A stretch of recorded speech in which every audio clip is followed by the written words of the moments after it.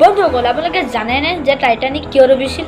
আচলতে টাইটানিকৰ কেপ্টেইনজনে যেতিয়া আইচবাৰ্গক দেখিছিলে তেতিয়া তেওঁলোকৰ ওচৰত একশ্যন ল'বলৈ মাত্ৰ 37 ছেকেণ্ডহে সময় আছিলে। কিন্তু তেওঁলোকে যদি তাৰ 30 ছেকেণ্ডৰ আগতে গম পালেহেঁতেন তেওঁলোকে তেতিয়া টাইটানিকখন ঘূৰাই পিনি লৈ আনিব পাৰিলেহেঁতেন। কিন্তু তেওঁলোকে গমো পালেহেঁতেন 30 ছেকেণ্ডৰ আগত, কিন্তু তেওঁলোকৰ ওচৰত দূৰবীণ নাছিলে, যাৰ ফলত তেওঁলোকৰ জাহাজখন ডুবি গ'ল। তেওঁলোকৰ ওচৰত এটা দূৰবীণ আছিলে যোনটো এটা লকাৰত বন্ধ আছিলে আৰু সেই লকাৰৰ চাবিটো হেৰাই গৈছিলে। আপোনালোকৰ মনত চাগে এতিয়া এটা প্ৰশ্নৰ উদয় হৈছে নিশ্চয়। সেই প্ৰশ্নটো হৈছে যে তেতিয়া টাইটানিকখন যেতিয়া ডুবিছিলে তেতিয়া সেই টাইটানিকখন উঠাই নানিলে কিয়? আচলতে তেতিয়াৰ প্ৰযুক্তিবিদ্যা ইমান ভাল নাছিল যে টাইটানিকখন ইমান সাগৰৰ ইমান তলিৰ পৰা উঠাই লৈ অনা। এতিয়াৰ প্ৰযুক্তিতনো কিয় উঠাই লৈ আনিলে? নিশ্চয় আপোনালোকে এইটো কথা ভাবিছে। আচলতে এতিয়া প্ৰযুক্তিত পাৰিলেহেঁতেন, কিন্তু যেতিয়া ডিপ চি